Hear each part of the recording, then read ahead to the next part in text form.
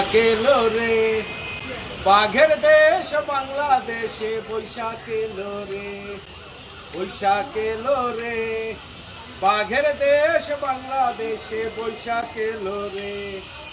জল পরি জলে নৈশা গান শোনায় রে, বৈশাখ এলো রে বাঘের দেশ বাংলাদেশে, বৈশাখ এলো রে।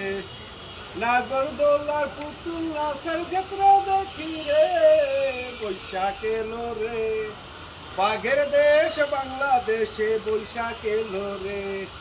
বুড়ি গঙ্গায় যাইয়া নৌকা বল দেখি রে, বৈশাখ এলো রে বাঘের দেশ বাংলাদেশে, বৈশাখ এলো রে। নাগরদোলা পুতুল নাচের যাত্রা দেখি রে, বৈশাখ এলো রে বাঘের দেশ বাংলাদেশে, বৈশাখ এলো রে।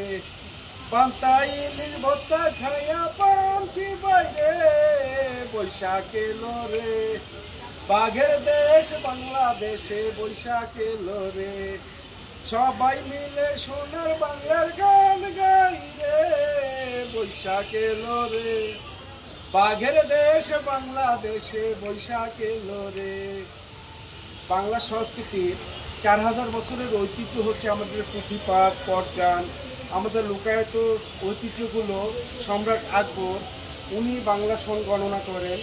ওনার পৃষ্ঠপোষকতায় আমাদের যে নদীমাতৃক দেশ, নদীর পারে পারে নানান রকম উৎসব হতো, মেলা হতো, যেখানে থাকতো পুঁথিপাঠ, বায়োস্কোপ, যাত্রাপালা, পুতুল নাচ, নানান রকম লোকজ মেলা হতো। এই জন্য হচ্ছে সম্রাট আকবরের একটা আকবর পথ।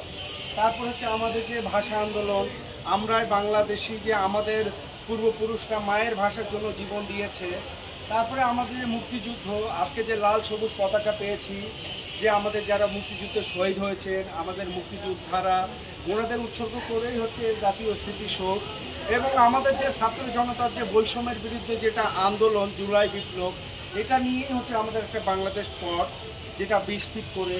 তারপর হচ্ছে আপনার বেহুলা লক্ষিন্দর পথ, তারপরে সুন্দরবন, সুন্দর পরিবেশ রক্ষার জন্য যে আমাদের বনমাতা, বনবিবি, ওনার একটা পথ, গাজীর পথ, সব কিছু মিলে হচ্ছে 100 ফিটের একটা পথ, যেটা হচ্ছে মঙ্গল শোভাযাত্রায় হচ্ছে আমাদের নানান রকম যে লোকজে পুতুল, তারপর হচ্ছে লোকজ ঐতিহ্যবাহী যে নানান রকম, যেমন বাঘ, তারপর হচ্ছে নাগরদোলা, তারপরে হচ্ছে ফুল, পাখি, পেঁচা, এটার সঙ্গে এই র্যালিতেও আমাদের হচ্ছে 100 ফিটের পথটা যাবে। এবং আমরা চাই যে সারা বিশ্বে যে যুদ্ধ বিগ্রহ হচ্ছে, এটা বন্ধ করতে হবে।